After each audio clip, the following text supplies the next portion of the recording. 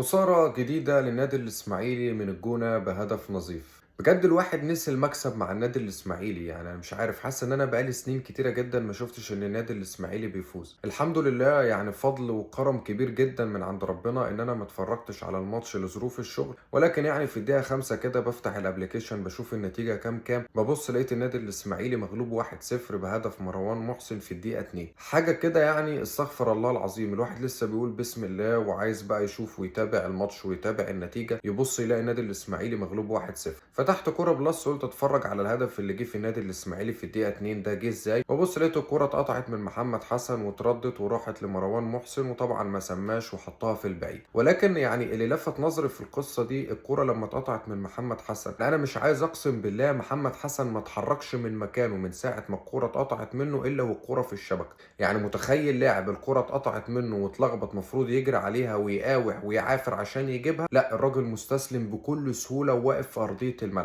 فأنا بسأل الكابتن خالد جلال أو بسأل جمهور نادي الإسماعيلي، بجد إيه الاستفادة أو إيه الإضافة الفنية اللي بيعملها محمد حسن في أرضية الملعب من ساعة ما رجع من الإصابة؟ ومحمد حسن ما اداناش كورة بجنيه واحدة. يعني نفسي بجد أفهم هو بيلعب ليه أصلا كرة القدم. يعني حتى لو مشي من النادي الإسماعيلي، مين النادي اللي هيقبل أو هيرضى إن هو يلعب بيه؟ فالحمد لله اللهم لك الحمد إن أنا ما اتفرجتش على الماتش. فيعني الحقيقة مش فاهم الوضع رايح لفين أو النادي الإسماعيلي هيعمل إيه.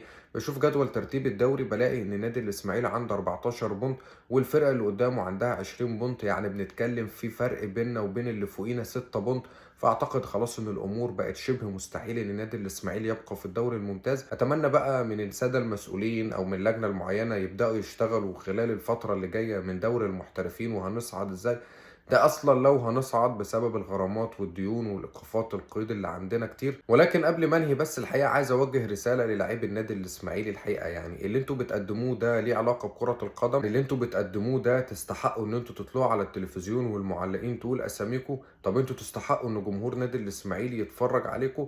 انا الحقيقه ما اتفرجتش على الماتش والحمد لله ان انا ما اتفرجتش عليه، بس يعني واضح من النتيجة ان نادي الاسماعيلي ما اداش او ما عملش اي حاجة. ده انا شفت لقطة من الماتش والكاميرا جاية على حسني عبد ربه، تحس ان حسني عبد ربه عنده 60 سنة وهو اصلا ما بقالوش شهرين في النادي الاسماعيلي. فدي صورة بتجسد الوضع السيء جدا اللي بيعيشه نادي الاسماعيلي. ايه اللي هيحصل بعد كده ما عنديش فكرة، ايه اللي هيتم مع النادي الاسماعيلي ما عنديش فكرة، ولكن اعتقد ان الامور كلها انتهت.